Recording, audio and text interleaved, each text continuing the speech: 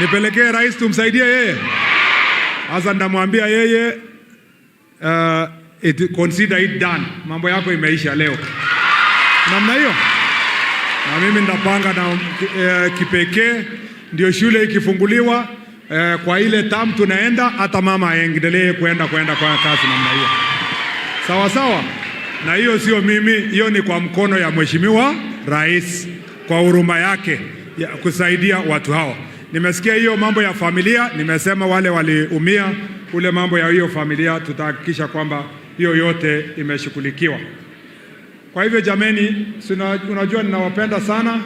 Nitarudi tena. Mnataka nirudi huko? Nirudi kwa sehemu hii? Na wale wanasema sisi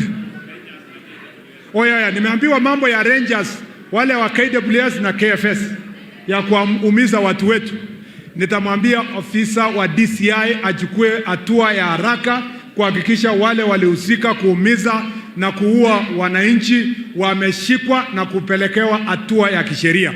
Hata kama IPOA does not have jurisdiction, the jurisdiction is with DCI ya kuarrest hawa na kuhakikisha kwamba wamechukuliwa hatua ya kisheria, ili watu wetu wasikuwe wanaumizwa kwa kiolela. Watu wafuate sheria kwa mambo yote.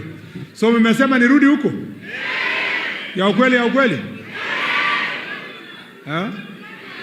Kuna ule mama tumeambiwa kwamba mtoto yake aligongwa kwa bahati mbaya wakati mwenzangu alikuja sehemu hii, na sasa mtoto yake bado ako kwa mochari kwa sababu hana mahali pa kufanya